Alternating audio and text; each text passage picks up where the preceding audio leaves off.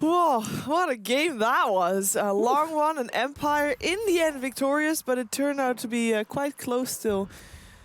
A lot closer than it looked, at least in the start. So yeah, Empire coming out victorious. Jack, Razor working out. Well, as Fog mentioned, Razor had been used situationally before as kind of a counter to OD as well. Yeah. Certainly proved to be the case this game. In addition, two birds with one stone, he made it a very tough lane for Vega on the Legion Commander, and so that was the tempo, the hero that they've been used to, so comfortable with recently, getting off to a really slow start, not being able to do much throughout most of this game. And ultimately, still, it took so many one-team fights, it felt like, because at some point, the Axis net worth falls off a little bit, and the 3 cores come online for Vega, and so they had a fighting chance throughout this game. At the end, there was something like a 30-something kill disparity, and still, it felt like it was a game till the very end. It was so close. It was close, and that's the kind of game that we want to see in a CIS versus CIS. Yes. Just a bloodbath at all times, could going either way, and just aggressive, brutal murder. But I think the Razor had very little to do with this, honestly. I mean, he was just there, you know? He wasn't That's a his big job, deal. to just be there. What a sad life for poor Razor. I mean, he's not the most exciting hero. He should be, though. He's got the whip, and it excites a lot of people. Sure. We can actually take a look at a clip where the Razor is just there. Yeah, let's And just we'll see what there. happens when the Razor is just there Okay. for a very long time. Because this was one of the very long fights we had. So There he is. That's him. that's Razor. Yeah. He's just there. Where's his whip? He didn't even draw his whip. All right. So at this point, Empire is ahead. They march forward. They go into the base of Vega Squadron, but Vega has been really good in terms of high ground defense. It's really tricky. There's still a shrine up here as well that they can use if need be.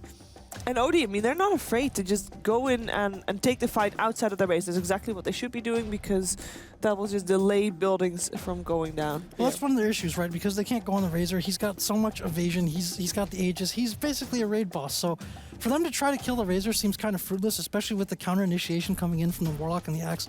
So they're better off trying to get to the back and maybe cut down the back line, running through the Razor, who's just up there kind of unopposed. And I mean, That's a Crystal Man with a BKB, by the way.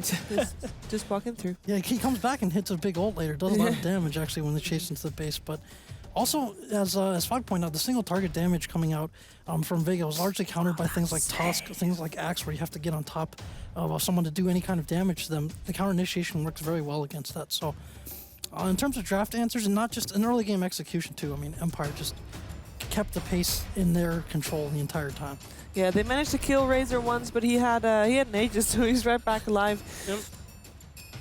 Yep. We just also saw a very nice save where the OD ended up getting saved by the Earth Spirit, but Earth Spirit unfortunately died for that. And he has buyback the entire time. Gotta save it. He buys back later on in this fight, and it might have been perhaps a little bit too late. There he is. But just there. Yeah, but that's all they need to do. Look at that. He's just there, and he kills the building because he's just there. Well, that's the strength of Razor.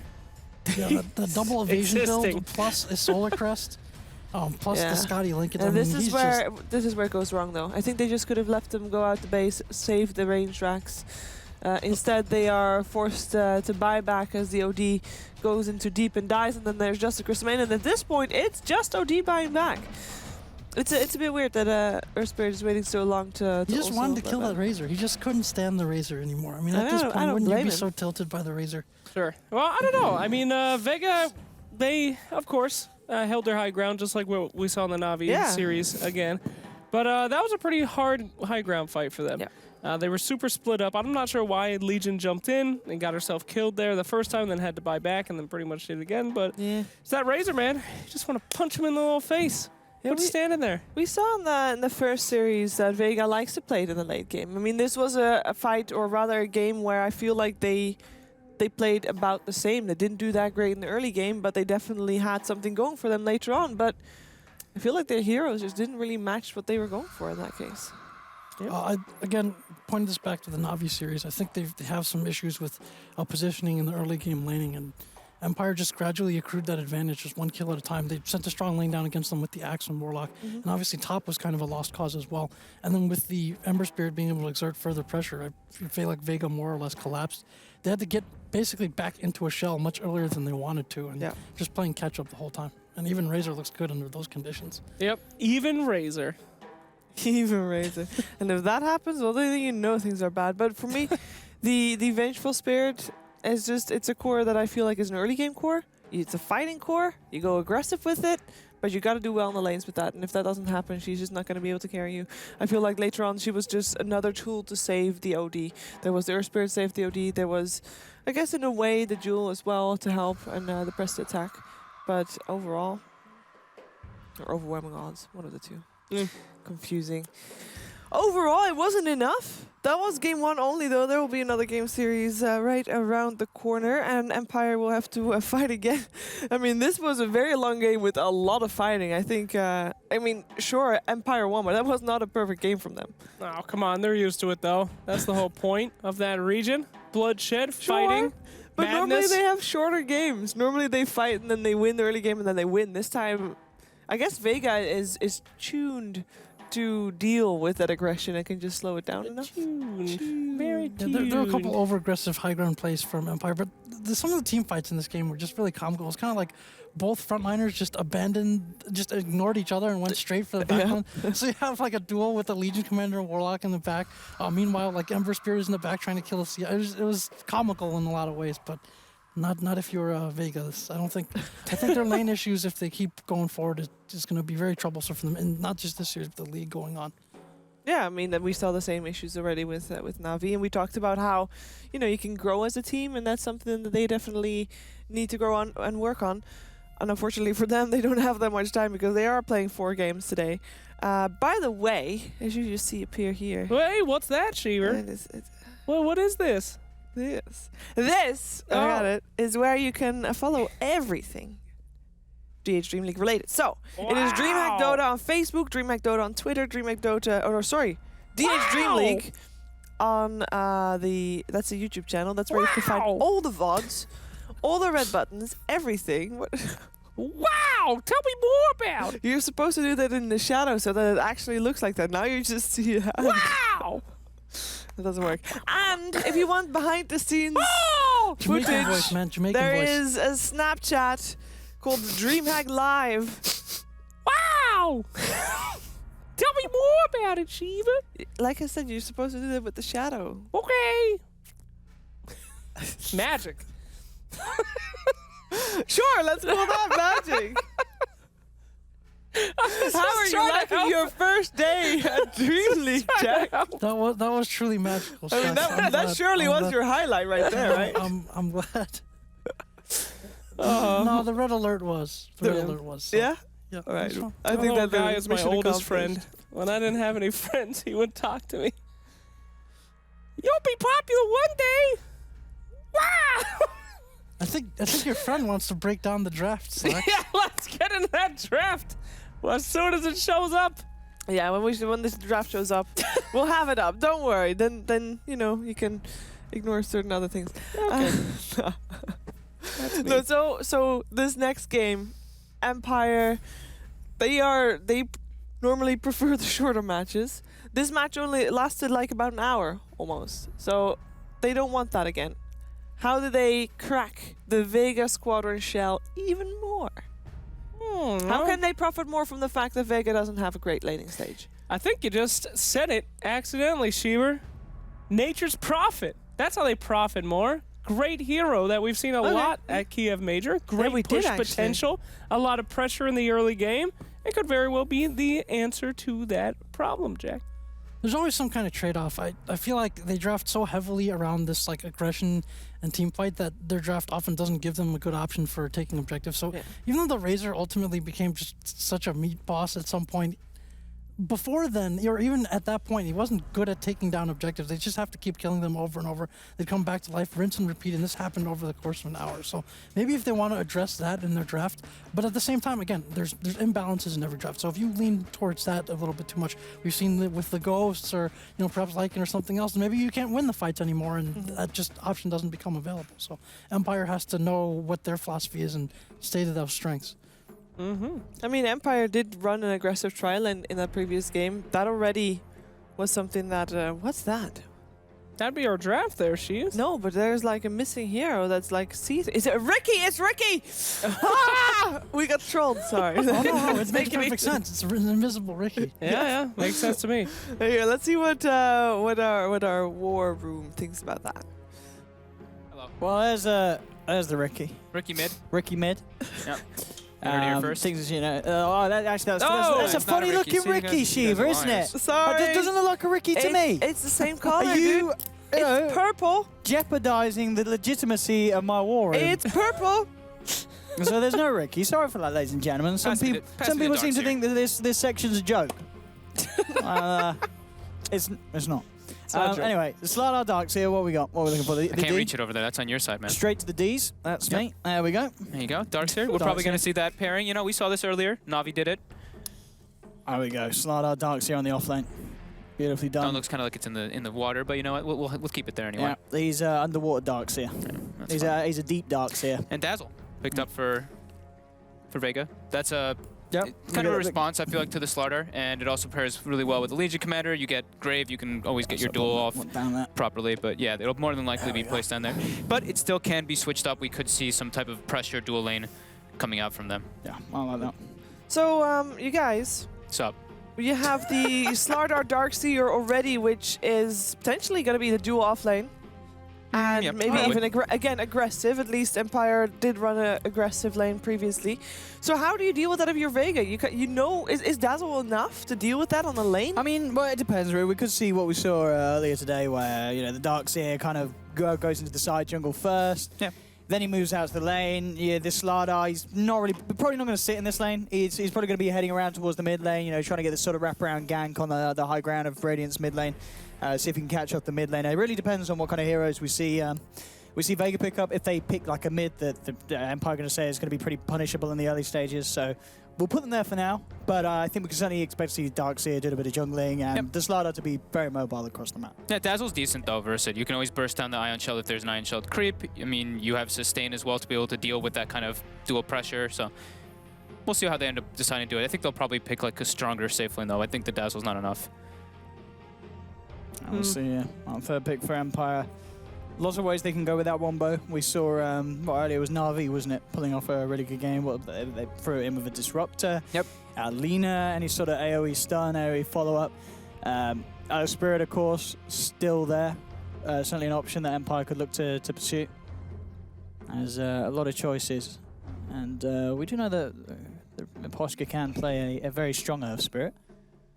He certainly has done in the past. So could be a chance that Empire want to take it. They're taking a lot of time with this one. Not sure with the Slardar. I think we'll see something more like a Crystal Maiden. Something that just like CM enhances could the be lineup cool. a bit. The Disruptor's already banned out as well, but I'm tempted to put my hand on the CM already here. I'm Nice. trying to think of what other ones that I could. I don't know if, I I mean, they think- can I show, think I think they can show CM both supports. No, I think it's I'm not good so, with the CM. Oh, we'll see. Come on. that's a big commit for the yeah, war room. that's a risk. The legitimacy, Owen. Be careful. Yeah, this is Putting not in. a joke. Come on. Serious Yeah. business. Come on, They're team. taking a Don't lot of shake time her. out. So Would that's they the have thought thing. so long if it was a CM? That's Why the are you question. shaking her? Don't shake a baby. That's the Be wrong. gentle. Can we find a name for this Slardar Darkseer opening? In chess they have like certain names for openings. You go a certain way. This is like the CIS, I don't know, Gambit or something. The CIS Gambit? They're taking a lot. Oh! Oh! I think it's Straight in the safe lane. There we go, boys I mean, and I think girls. it's just the best, like one that doesn't give away like too much. It doesn't give away your other two cores, and it pairs amazing. Like Darkseer struggles because Hey, he's can got you do that again? with mana. it. So What's the CM next really one? helps it. What's the next No, one? don't pressure them. we just I got- proved we the can- legitimacy. Why you gotta double down on it, damn it? What do we see? Well, from they Vega now they last see game? both supports, so I think they could even grab their secondary support. For Vega, So, though, a lot of supports of that were kind of with the Warlock Disruptor. they used the tree earlier. Tree- well, I tree's think, gone, Oh, it's tree's gone. gone. Okay, I can't. Yeah. I'm sorry. There's a wire in my way. What can I say, guys? Jeez. I couldn't see it anyway. Bad vision. I don't know. I didn't really like them on the Earth Spirit. I really would not like to see them go for something I like think they that might again. do it again though. But would you want an F another saving support because I think Warlock, Tusk or Tree and something. Protector? I think you want a support that can move around. Yeah, I think a moving support. I'm surprised. Like, yeah, I think it can work. I think they can go for a Tusk for themselves. It's not too I think they bad. might go for the Earth Spirit. As you say, You think they might go for it again? Oh, don't.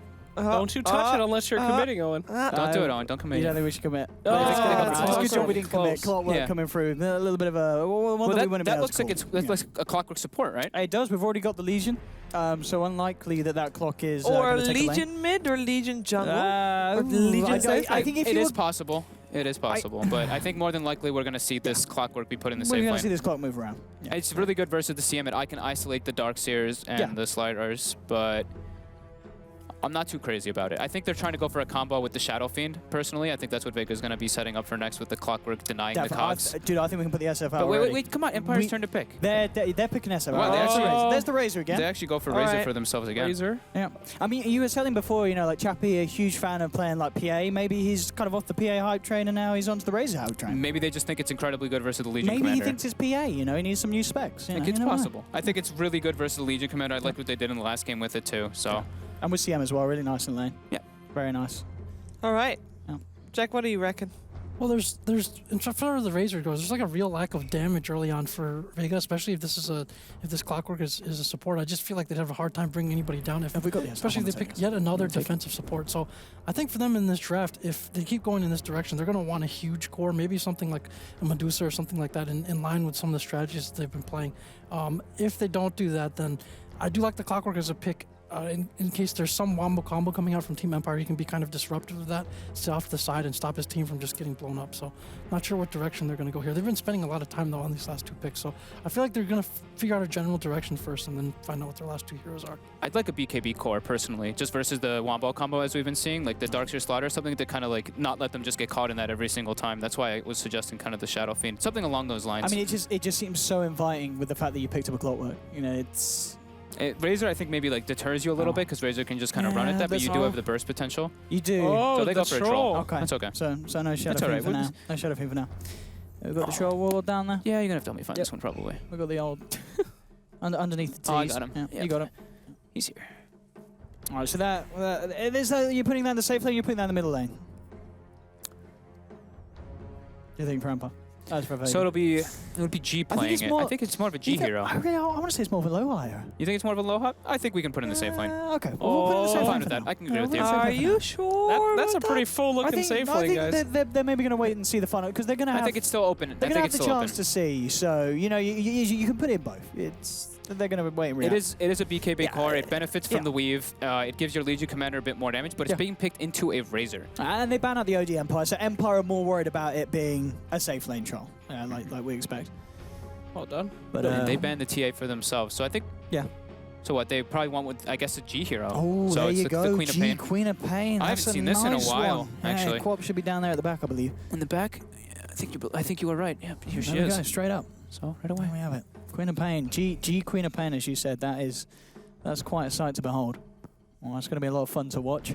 Good burst damage. They don't Yeah. have crazy amount of lockdown. They have CM Brute Bite with the Slaughter stun, but CM Quap is a very strong laner. And then they get actual like team fight. Right now they're really lacking team fight on the side of Vega, and I think Quap actually kind of helps with that a lot. A final pick for Empire. I mean, they've seen the Quap in the middle lane. What do they take themselves? I mean, Ember Spirit is still there, but no, okay. Oi, Invoker it Oh, is. the Invoker. Yeah, we'll get him drop down very quickly here. Where was the Invoker? He's he's over here. It's in the eyes. No, I've got him over here. Over here by the eyes. You know, Yeah. Yep. we all know where he's We going. will believe it. I mean, Invoker we we're get. going to see him in the mid lane good. very, very soon. That is the draft. Empire Vega. Empire's one game up. Yeah. Will this be another 1-1 as predicted by OD Pixel at the start of the show? Like, Owen's good at his predictions. However, I'm very excited to see that G Quap, so gotta hand it to Yep. Vega this time. Lane Alright. disparity is big. I think it's too big in favor of Empire, so I'm going to have to go with Empire here. I am going for Empire as well, purely because I think they are still the better team, like I said previous game as well. But if that is the case, or if Vega can make this into a 1-1 as well, we are going to find out with OD Pixel and Fogged.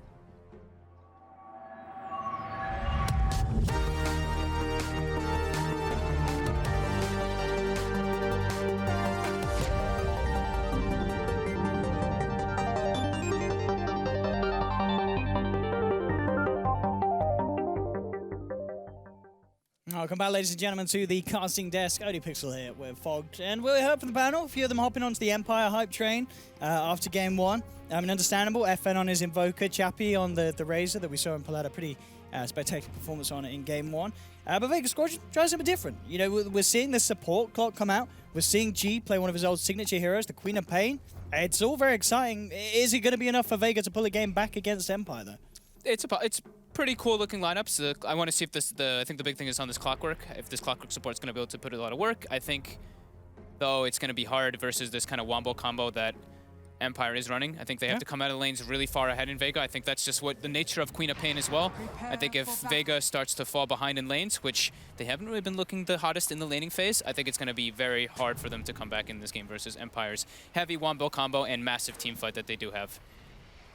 There we have it. This is Shoma straight up with the smoke. We'll get a nice ward down. We'll see if they're able to hold on to that ward or if Empire do take it away. Bottom lane, Maposhka coming in, finds himself the troll. And they'll try land a Sunstrike in return onto Aloha Dance. Won't quite find the connection, not that it matters too much. Level 1 Sunstrike, barely more than a little bit of sunburn at this stage, but lanes seeming to be what we expected at the moment. Neither side looking to run an aggressive sort of try lane. We actually are going to see, Shoma starting off up top. The Legion going to look for the block in the mid lane. I imagine so it's going to be what, a jungle afterlife and a clockwork laning. Shoma stepping it up from support into a core roll essentially. Yeah, I think he just realized how how impossible the matchup is really for Legion. He did okay. Like he got, he had his boots level 1. He got the Quelling Blade to try to contest the CS, but the Razor just got out of control. So I guess he's just thinking this is just a better approach because then he can actually farm. He can actually become more relevant instead of having, that 27-minute Midas as we did see come out before. Now it's something that you feel Empire can punish though. The fact that you're running sort of this solo support in Vega, you have got this jungler. Can Empire punish this? I think that's probably what they're going to do. I think they're going to recognize that right away. I think Ghostic already with this bottom lane, he's going to be able to get a lot as the Starks here. And I think as Sayoma goes to the off lane, I think that's already putting a bit of pressure because then it's like CM wants to kind of zone him and doesn't want to just sit in the jungle the entire time, even though that's what the CM really wants to do. So I like this adjustment much better by Vega this time around. Radiant's middle tower is under attack. See how well G can do in this middle lane. Queen of Pain. Not a hero that we see that much play from. We saw some people pulling out Kiev. Still got strong talents. The Lyso, sure you got the nerf where the interaction with Blade Mail ain't as fun, but still, you pick up such a Maelstrom late game, and that spell lifesteal off the magic damage, the lightning bounce it's pretty ridiculous. So definitely still ways that you can play this hero throughout all stages of the game. But obviously, ideally, you do want to have a bit of a good start at the beginning because going late game against an Invoker is never going to be fun. Yeah, especially not versus like massive wombo combo on top of an Invoker. But yeah, she's a lane dominator. That's kind of what she's always been. He's going to go for the double null. We see Sumail go for the Veil almost every single time on that Queen of Pain when he plays it. And yeah, the Shadow Strike got buffed last patch, so the cast point's a little bit better and the damage is a little bit higher. So it's a pretty Queen of Pain favored matchup versus the Invoker. That's certainly showing at the moment. 8 for 4 against the 3 for 0. G having the good start. G was actually one of the best at this matchup back in the day when he would play it all the time. He was one of the best co-ops, yeah. Yeah, he was one of the best ones in the laning phase. Back in the days of the Empire, VP. I think it would have been one of the old VP. Yes, it was VP. Old VP, we saw a lot of G. Yep. Kind of in his definitely one of his highlights. Maposhka in a little bit of trouble trying to steal the bounty rune, and he actually should be okay with these boots. He's trying to get run down by this clockwork. He's got boots as well, but he should just be able to get away just fine. Ghostic getting a good amount of experience in the bottom lane, but he is getting denied quite heavily by this Troll and Dazzle. So he's not really getting the money that he probably wants. He gets his level 3 now, though, and he's got the CM aura, so he can now actually pressure a bit harder with that level 2 Ion Shell. Smoke coming out from Empire, the CM and the Slardar, level 2. Now looking to make a move onto G. He's squishy, but he does have that blink. If he gets the chance to blink out, not much that Empire can do to save him, but with the cold snap and such, they do have ways to temporarily lock him down. But looks like they're actually going to go towards the top lane. I mean, they're thinking about it. They're looking between the two. Looking for the Legion commander. Yeah. I think that they were, I think it's like G notices this. Look how far he's standing on the right of his hill. He sees that there's no one top with that ward that they do have placed near the jungle, so he's like, okay, I just play on the right side, and it's really hard for a Slardar CM to gank me. And he's got his own lane ward as well, so he can pressure FN quite hard. But Miposhka, just sapping experience from Afterlife in the jungle. Wanted to go for that courier, but yeah, gets upgraded. Here we go, another rotation coming out, Clockwork porting in. They know that the Slardar is here on the high ground. This time, he looks like he's gonna die. They're not happy that he's stealing that XP. Oh, he's dead. No way of getting himself out of this one. Can't cast a single spell here. He will get a crush off at the end of the day, but yeah, no way that he can run himself away from the Battery Assault Cogs combination. And yeah, first blood for Vega. Good punishment there of that rotation. In the mid lane, interestingly enough, FN's caught quite back up against G, and now actually holds the lead with this Invoker. 17 for 4 against the 14 for 9. Yeah, he went double null as well in response on the Invoker. He made an adjustment. It's cool. He went for the Forge Spirit as well, so he can actually lane.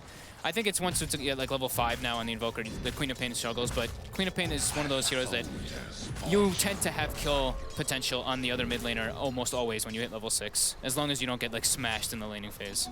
Here we go, rotation coming in, CM with the haste rune, Slardar there as well. And that's cold snap on him, they get the bite, really and nice setup.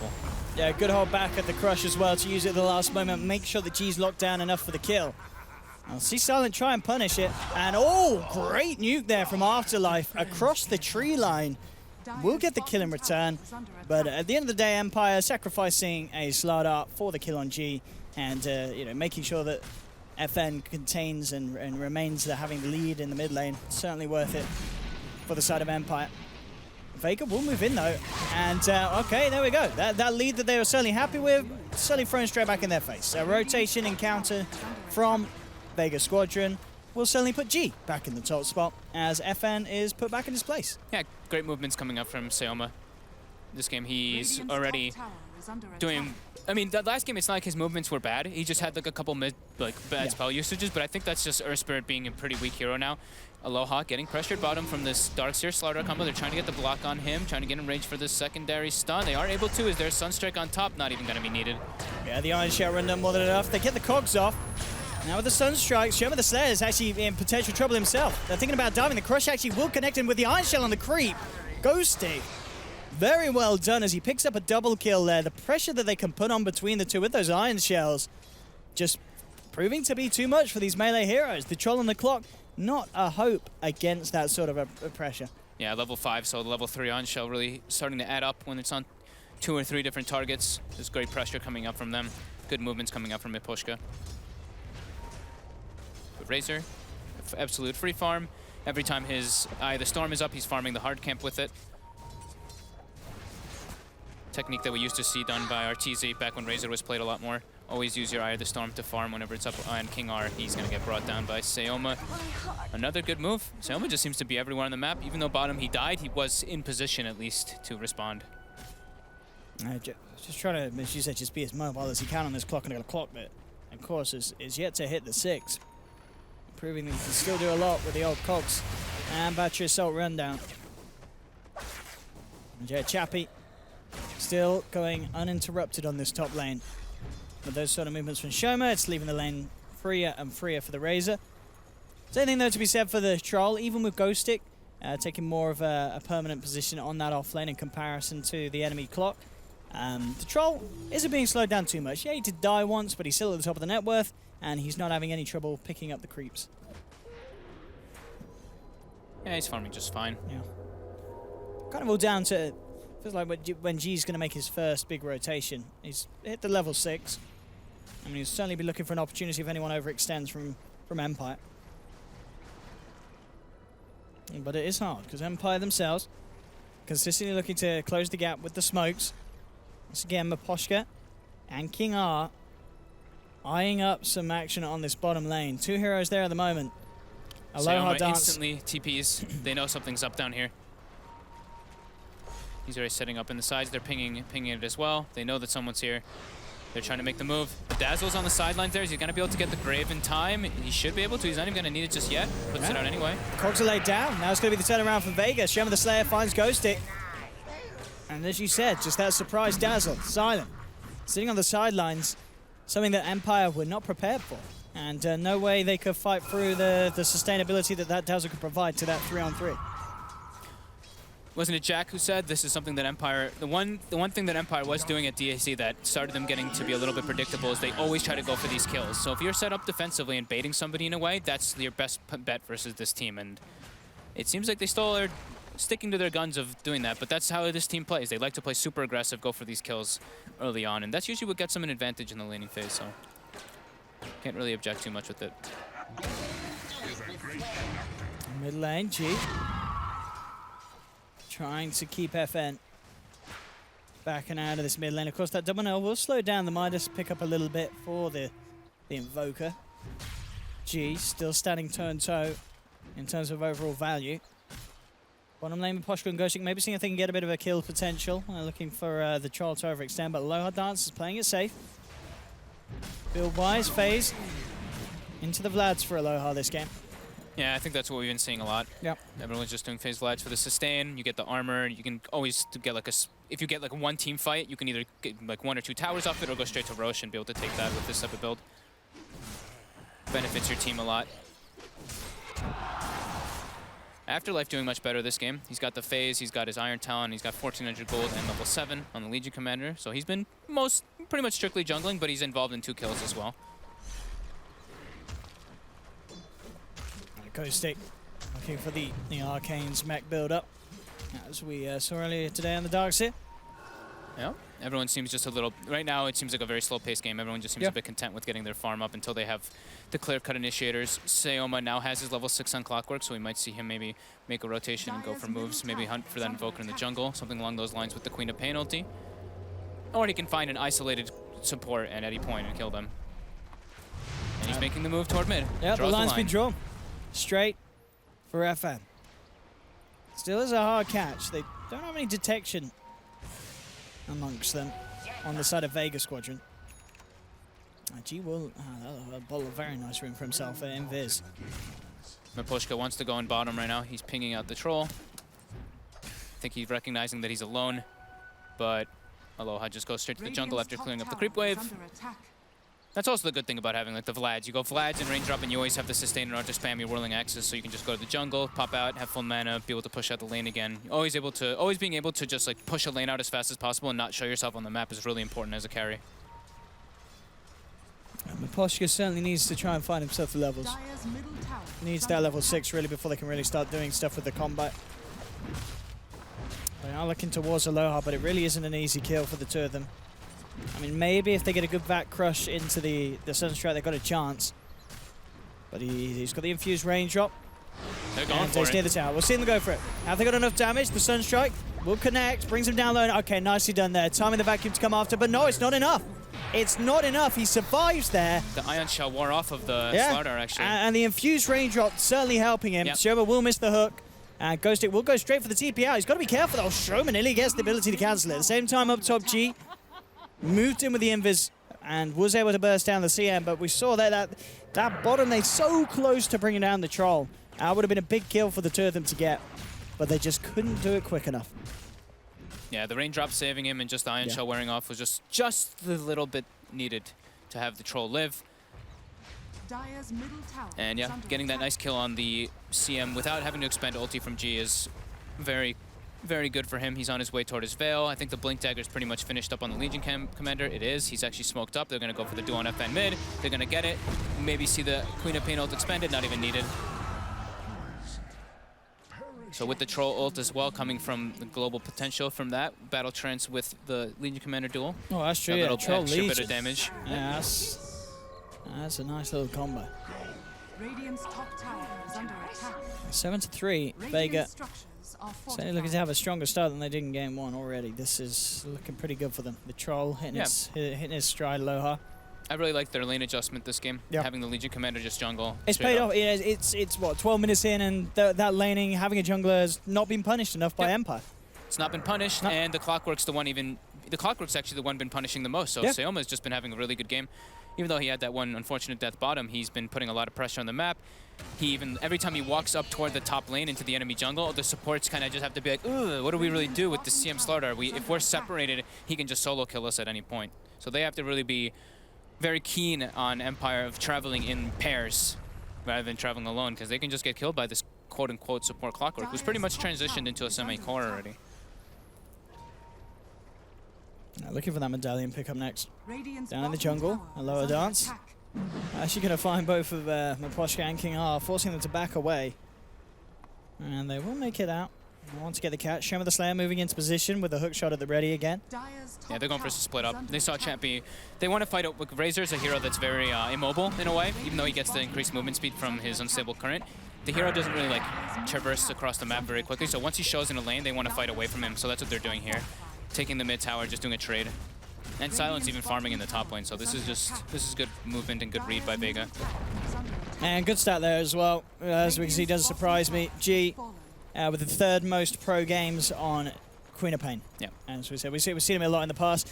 Still those top 2 spots, S4 in the 2nd place, and good old Dondo, position 1 on the overall games played of quad. Top lane, Silent, Crush with the Ion Shot with the Sunstrike on top, just enough damage to bring him down No pre-grave. chance for a grave. That's like those type of kills are so important though for Miposhka to get. Oh, and he jukes the Clockwork as well. I might still see him get chased down. Just get the crush off. But the jump in is there with the battery assault, bringing him down low. G's there to make sure they've got enough damage to finish off the kill. This tower's dead now too. 2 cancelled TPs coming out from Empire. Good aggression coming out from Vega. We might see Afterlife reach 500 dual victories this game. Nice little milestone for him. He's on 494 at the moment on that Arcana. There we go with the pressure in. As you said, easy tier 1 for Vega Squadron. No way of Empire stopping it. Oh, TP cancelled bottom lane actually now from Vega. No. Who actually cancelled that one? I think it was... It was Chappie. Chappie's got a 50-second cooldown on his at the moment. Chappie held back and he's going to make the walk. And we'll see if that actually ends up meaning anything for Vega. They are sticking around to put a bit of pressure onto the tier 2. With the low hard dance up there. So maybe they realise. And yeah, they're going to put the battle chance to go for it. They know that there's a little less of a reaction that could really come out of Empire. And they'll be able to force out the fortification at the least. Good chip damage. Dire's top tower is under attack. FN setting up for bottom. Looks like he wants to try to go for a kill here. He's got a good combo. I mean, Afterlife's pretty tanky. Cold snap. I think he needs to have the 3rd invoke spell. Oh, okay, ready. with Ghosting, that should definitely be a surefire kill. Cold snap onto Afterlife, tries to get himself into the tree line, but the vacuum's there to clean it up. And Empire find themselves the pick. I like this adjustment that FN did too. He's versus a Clockwork, which is always obnoxious. So going for a Force Staff, it's never bad. Like not only just for yourself to be able to peel away any of your teammates out of there is always really important. And it also helps your Slaughter like get set up pre-Blink Dagger. You can Force Staff him in, get some crushes, and set up fights like that. So I do like that. Yeah, nice as well to make sure that Chappie can keep the link connection. Yeah, that as well. Just a good overall item this game. Chappie going for a different build this game. We saw, obviously, last time with the Sanj, went for the Sanj Halberd. This time he's going to go for the Sanj Asher. Yeah, I think... No need for the Halberd this game, it's just not as... I think it could be okay, but I think the last game it's very specific versus an OD. It's you so know good against OD just can't build MKB, so let's just stack evasion and that hero just becomes super irrelevant. I like the movement speed build this game. I think Solar Crest is still probably really core on one of the supports because it's just such a god tier item, especially versus Troll Warlord, but Troll is a hero that builds into MKB. You know, he can, and he probably wants to build into one eventually. He goes like Butterfly, Scotty, MKB eventually, if they do go for evasion, of course.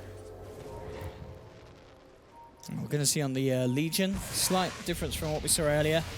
Before the Blink Blade Mail Midas this time round, going straight for the Midas before the Blade Mail. Yeah, it's okay this game. They have like he wants to be able to scale. You know, they don't want to be stuck in a position where they're like, okay, we have a Troll kind of single core, even though we have a Queen of Pain who's farming really well, you still want to be able to have that 3rd hero. That's why you pick Legion Commander, right? You want to have that 3rd hero that can scale very well, rather than the big team fight. I'm waiting for when Empire is able to actually try to go for those type of combos. I think we'll probably be able to see it once Miposhka does get that blink. He's about halfway there. Still a bit of time, as you say. Not really the quickest of blinks for the slider. But so far, they're doing a good job at kind of slowing down the pace that Vega were trying to force. Good time for Chappie to pick up these items. We saw it last game, you know, having these early items do make this Razor pretty hard to bring down. Yeah, they got to go for their type of trades. Yeah. You know, they're playing versus a Troll. You're not going to push as fast as a Troll lineup ever, so they've got to get on those towers quickly whenever it happens and go for those trades, and they are. They're going to claim a tier 1 too. bottom lane. It looks like Radiant's top Vega's tower perfectly fine with this. They're going to contest for a second tower, this tier 2. And mid lane, they're going for a kill 2. The Legion duel onto FN, and he should be brought down. Very nice play by FN. Yeah, good job Or, from G as well. By G and by to commit the Afterlife. Sonic, just to make sure that they get the dual damage.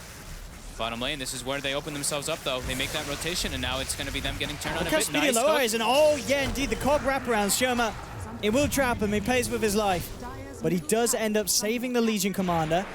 Goes stick. Now looking to chase down onto Silent, vacuums him back, and Silent should be a goner as well. Empire moving to pick up a second. Dire's middle tower is under Yeah, I think Dazzle could have actually gotten away there. I think Sayoma was probably like, let me go in and die. Like, I'm saving Troll's life, I'm saving Aloha, but they lose 2 here, 2 supports. Probably not what they wanted to do, but nice little rotations coming out from Empire. That'll be my push because Blink being finished up quite soon in that bottom lane, and that's going to be when they can actually start making those big wombo combo movements with the next smoke. And Ghostic should have a Blink Dagger as well, so that'll make their fight a lot stronger. But at the same time, G is already looking at having a BKB for the next engagement on this Queen of Pain, which will allow him to get out of that type of like combo if they don't execute it perfectly. Absolutely. At that stage, it's just making sure that he doesn't get caught out by FN and Dire's top tower is under Raposhka focusing in with the Slardar Invoker. Physical damage. Into the pit they go. Will be spotted out here. Dies pretty quick though with this medallion. They are going to start to make their way over. Shema the Slayer looking to block the way off with the clockwork. Has hookshot and such. Very hard for Empire to make an entrance. And they're not going to get the chance to do so. Roshan's down. Aegis into the hands of Aloha Dance. And G jumps forward. Empire will back away. So Radiant's bottom Vega, tower is under attack. now with that Aegis, very much ready to make a play. Blink Dagger has been complete on the Slardar, so their combo really coming together as well. I really like that call, whoever made that on Vega, just to go in for that rush. As soon as Quap finished BKB, Troll runs into the pit. They have the clockwork with the medallion already, so that rush dies super quickly. And they'd already seen Dire's top tower Empire is on under the map attack. in their jungle. And now it's tier 2 being claimed as well by Vega. Structures are fortified. And no stopping this one. As Vega will get away with this push. Again, Empire just looking for the trades. Dire's top tower is Down on the bottom. TPs will come through. So Empire will be forced to back almost certainly. The Aegis on Aloha Dance, it's a hard fight to go for. They do have that blink. Raposhka looking for the chance to use it. Surged up. Thinking about making a jump. Knows that there's potential backup. Aloha Dance getting aggressive. Goes on to Chappie, lands the bash. Bit of damage done here with the static link. Now they start to move in and chase down. hook Oh, off the the mark. hook! Very unfortunately missing them there. Looks incredibly close as it threaded through the middle of them all. Empire still just on the hop. Escape. FM will TP out on the sidelines. Crush going to be off the Mauer. And Raposhka will still get the blink off. Shoma trying to cut them off somehow. G jumped in, found the kill onto the CM. As he was left behind, King R. The rest of Empire do escape. But again, it's Vega taking a tier 2 top, holding onto the tier 2 bottom, and forcing back Empire and getting a kill on the way as well. Yeah, they don't want to fight into the Aegis. They're still a little bit too afraid. They don't want to have to expend so much to be just burning Aegis. They just want to get the Aghanims finished on the Invoker before they really try to go for any of those crazy type of fights. Ags Invoker, wait for the Aegis to run out, and then they can go smoke up because they're going to have the Blink finished up on the Darkseer in combination with the Slardar. Dire's And then bottom Invoker, tower when he is gets under Ags, is a hero that can actually get involved more in fights. It's a bit weird until you have that at that point, but Dire's they're starting to bottom lose a lot of tower map control. fallen. Mid lane, looks like they're set up, Afterlife and G.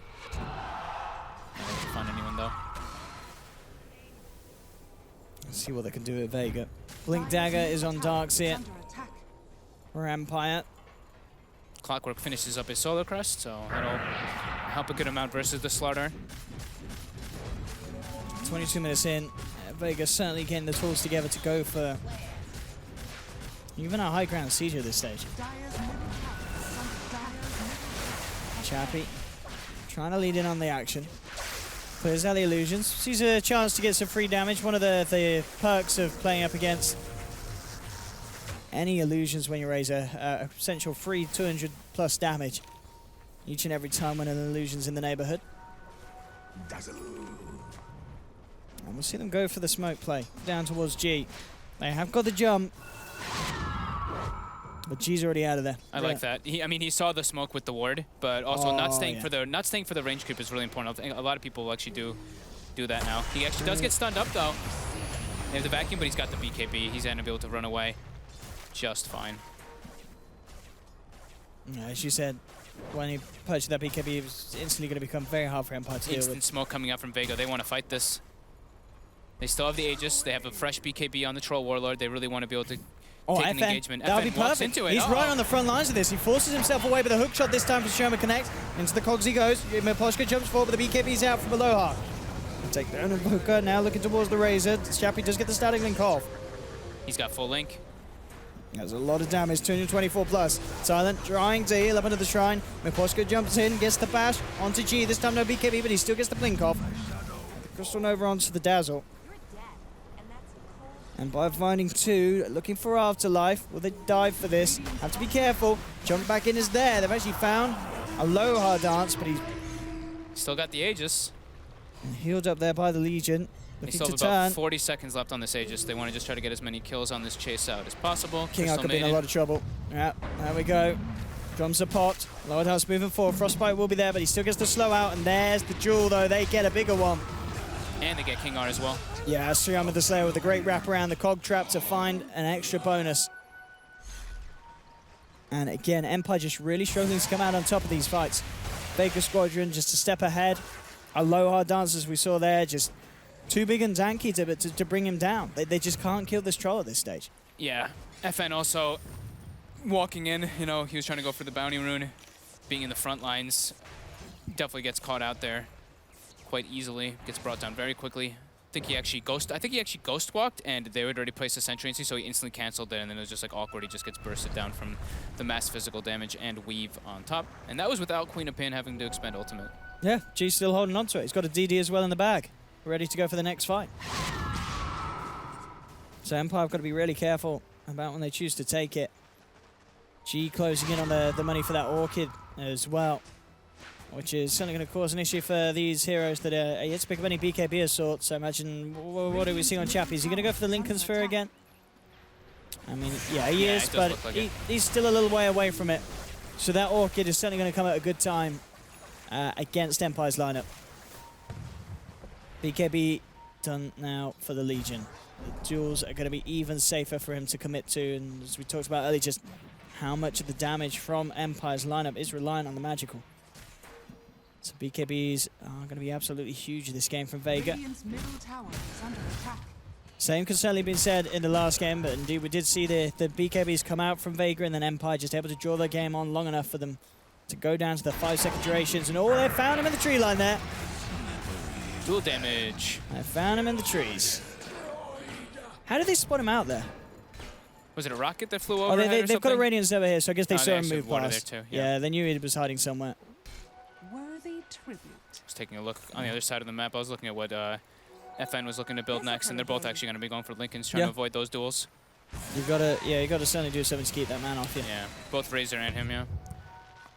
Both susceptible targets. Yeah, it's also pretty, I mean, very good versus the Orchid, which they probably saw G building, as you mentioned. He's got it finished and done. Certainly could be an answer as well. G wants to eventually get that into the Bloodthorn. If we see Chappie end up going a similar route, trying to stack the evasion, Bloodthorn would be very key for the lineup of Vega Squadron to have this game. Yeah. Something that they were missing, kind of a good Bloodthorn carry in game 1. Yeah, I think the Bloodthorn is pretty good this game. I just like him going for right-click damage since he has a troll. I mean, it works. Yeah.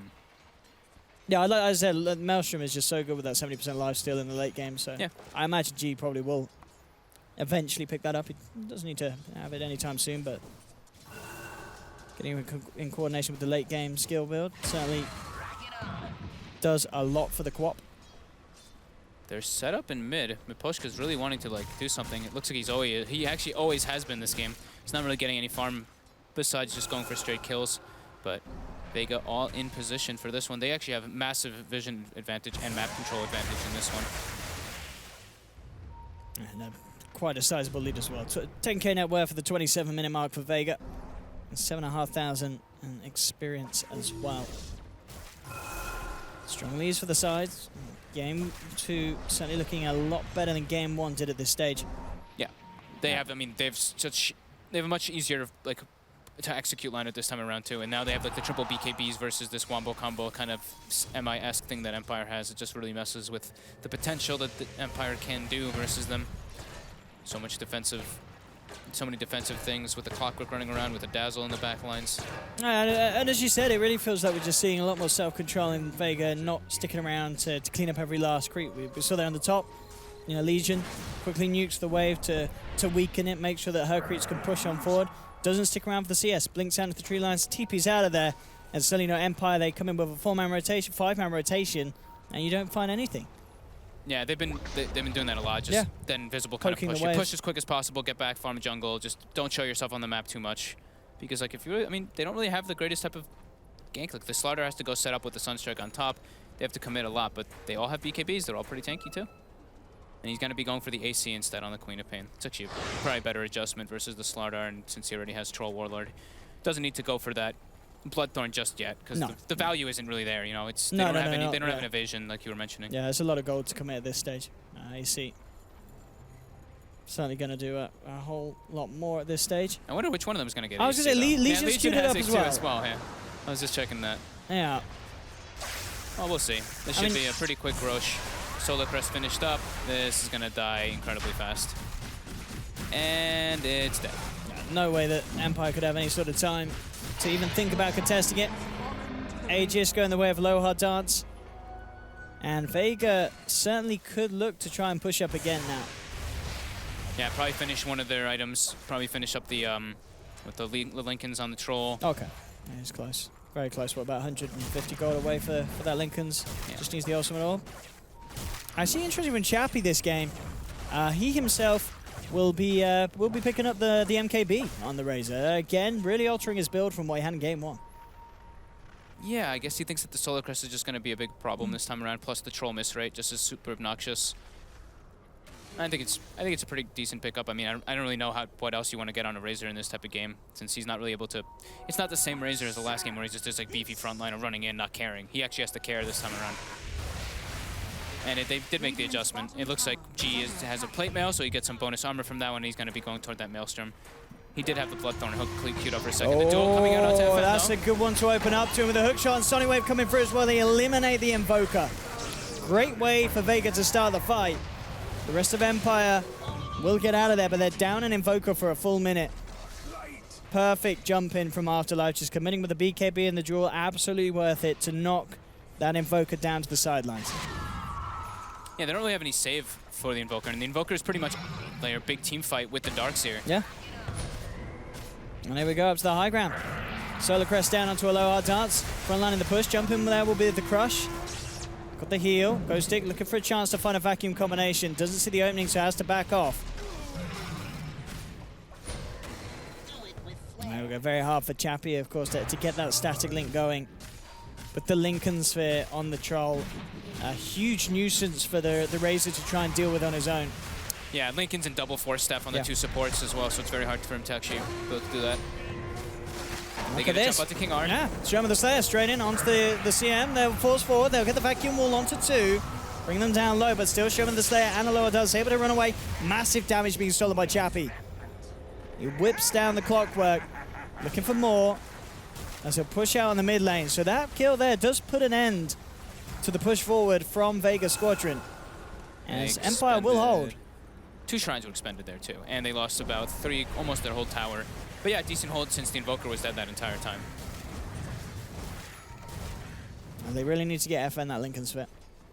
Still about 2k gold to go. They need something to protect him from Legion getting that jump Afterlife like it did last time.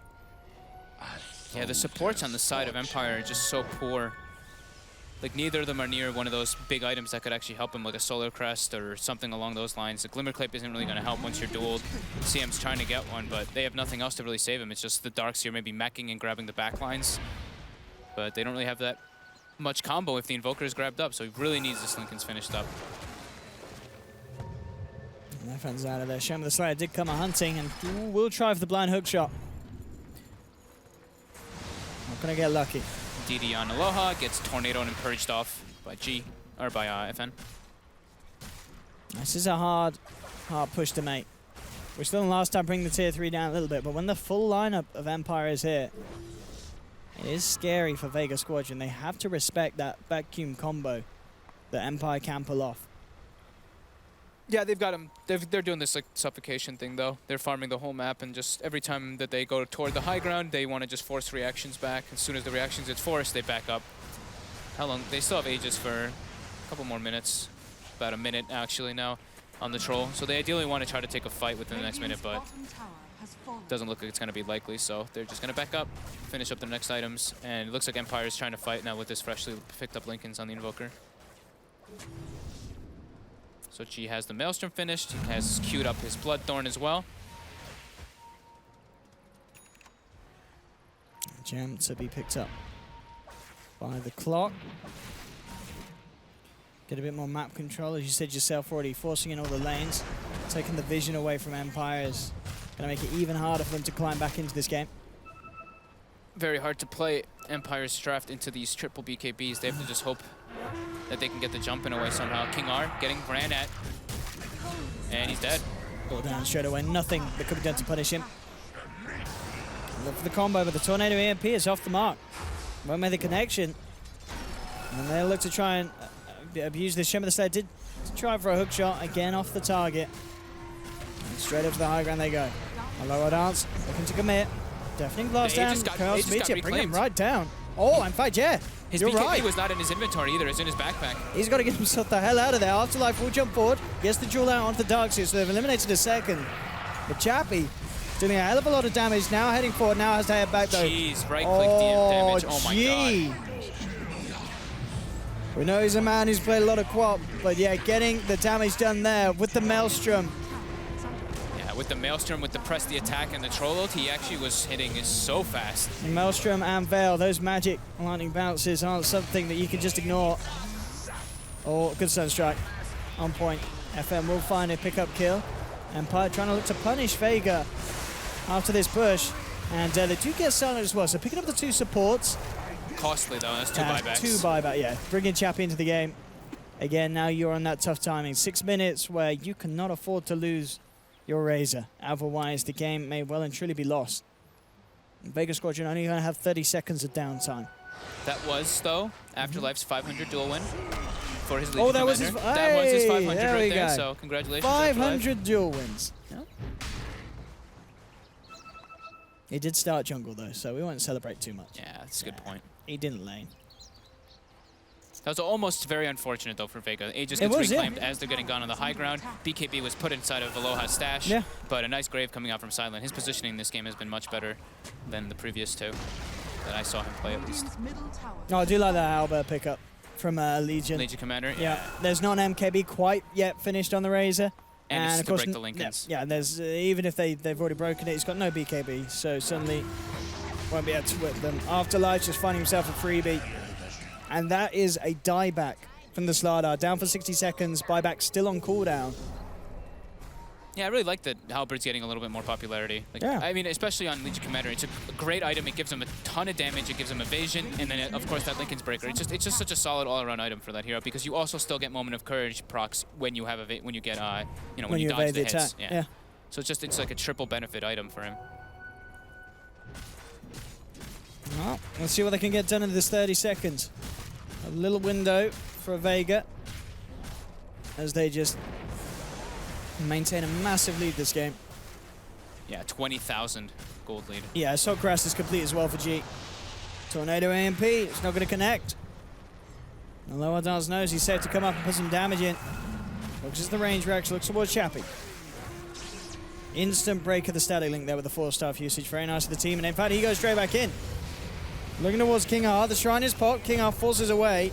He is highly weaved up right now, plus 24, plus 32 with the Solar Crest. They're going the backlines though. Yeah, they will get the 2-man vacuum crushes. Showing the Slayer wide down. G pops the Sonic Wave, jumps forward, and again, look at these right clicks. G is just forcing them away, and there's no way they can fight back into this.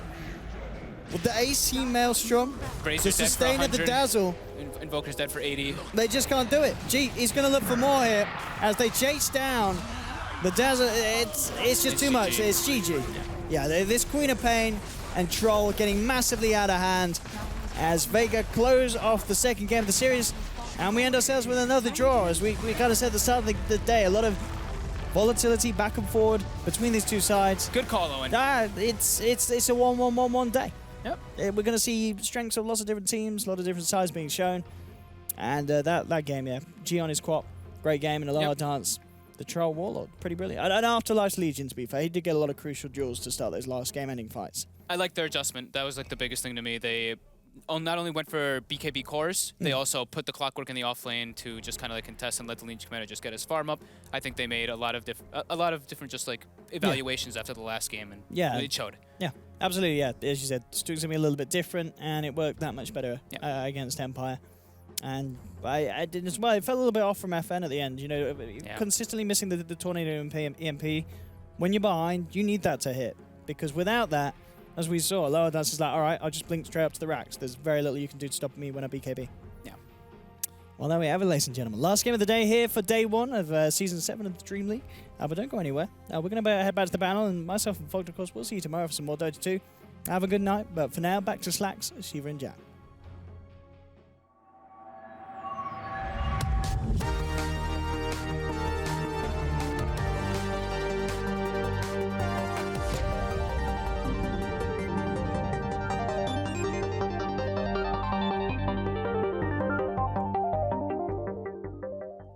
They did it. Vega Squadron managed to tie the series 1-1, which means that today they have done that twice, 1-1 series, which means again ODPix was right, which is kind of confusing for me, but hey, it works, and I think that's also good news for Vega Squadron. This time, they took your advice, Jack. Laning stage, they just shaped up. I've been pretty impressed by the drafting and team overall in this. We've seen so many games out of Vega coming up today. Yeah. I think generally their big picture strategy has been very sound, whether it's in their drafts, whether it's making adjustments. I feel like their game plan is always in the right place. It just often just comes down to a matter of execution. That may not always be the case for some of the other teams they're playing against. I think it's better to have that kind of flexibility and overall game plan than to have a style that you have to stick to. But that kind of depends on the meta and the patch overall. So I think, I think Vegas picked things up. We said some things about them earlier. They do have some issues to address, but overall, They're addressing them. on the right path, I think. And that's why they've had some success in the weeks leading up before Dream League as well. Yep, I'm excited to see what both of these teams have. CIS versus CIS, they know each other really well. My favorite part about Dream League is seeing all these different regions have to fight against each other. So pretty much what we expected, at least Owen did, the Oracle, predicting CM, predicting all the 1-1s, but standard day, but still great Dota. That's what I like to see. No surprises. Well, a little bit surprises with the Razor, I guess, with the Death Prophet not being so successful. Razor second time at least not successful. Hopefully that's a little bit of a sign there. We can take a look at a clip from the previous game and see a little bit more in depth what actually happened here, because here we are. This is a high ground siege done by Vega Squadron, where Look at that full commit right onto the tower, blink up, and then completely staffed out by his teammates and saved. But there's the vacuum wall. Ghost stick. No. Well played. It's not enough though. No. He doesn't really, like, at this point, I feel like they're already too far behind. Empire, that is. Crystal Maiden was dead at the start of this fight. She died over there. She just died in 3 hits. Couldn't really do anything else. There we go. Chase up onto the Legion Commander. But meanwhile, over here, It's just G things, killing them off one by one. Mipashka is the first one there, or well, double kill, I guess, or the second one. Chappie falls, godlike, triple kill. G is just going absolute beast mode. And really, like, he's gonna get... Crystal Maiden only just came back to this fight. She was dead. She gets the frostbite off. She hits the shrine. Maybe there's a save from the slaughter, I believe, at this fight. Empire does get a couple of kills, and they are able to repel them from the base. It's great timing on the troll ult, basically, in this fight, in the perfect environment for them to deal damage. Also, we talked about the first 2 picks coming out, the Slardar Darkseer, so the way we saw Na'Vi use it, it was paired so well with the rest of their lineup. With Empire, it's a little bit less synergy, and you need more experience on the Invoker. Basically needs to be ahead or have more items to be able to put out these combos. You have to hit more heroes with that combination from the Darkseer Slaughter, and they didn't really achieve their objective, I feel, of kind of causing huge problems for that safe lane. They were baited in a few times. The troll found a few ways of being able to survive or launch his ult, and we were able to counter some of those ganks. So both of those objectives were not achieved by the Slardar Darkseer, and there wasn't really that much wombo combo, not enough at least. So The CAS Gambit CIS doesn't work this time. Sometimes the Ooh, Gambit doesn't pay. it's a phone call. I believe we are talking to G. Yep. Hello, congratulations, sir. Thank you. What a boss Queen of Pain you played, dude. That was awesome. So I have a question. So going high ground right now, I think all your series today were very tricky in regards to high ground. Either you defending high ground or you pushing high ground. How much do you take shrines in consideration when you do that? I guess if you can take tier 3, it's cool. But sometimes I feel people put in too much effort in it and throwing the game too hard. They're taking tier 3 tower so they can take the shrines later, but there are heroes that basically a lot more stronger late game. And if you have these heroes and if you can protect high ground properly, even losing some towers, I feel you can come back from this. Maybe buyback on another hero that can sacrifice himself so the main carry can make more money from these fights. Yeah. And, it's you know, it's tricky. It's hard to play without shrines, and you really want enemy not to play with shrines, but sometimes it's too hard to go on tier 3s. So I guess you just need to feel the game to do the right decisions. I had a question for you. That was a phenomenal Queen of Pain play, as you probably know. I want to know, gee, why did nobody pick Queen of Pain in the Kiev? It wasn't a very popular hero. You just made it look like the easiest hero in the world.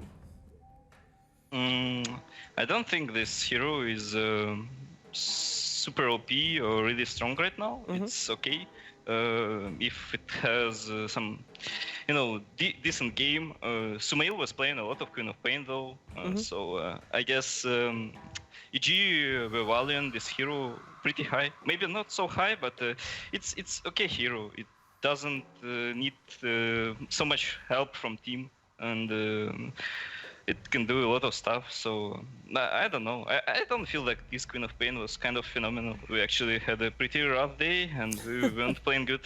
So I like it's just a score. It's just a score, I hear that.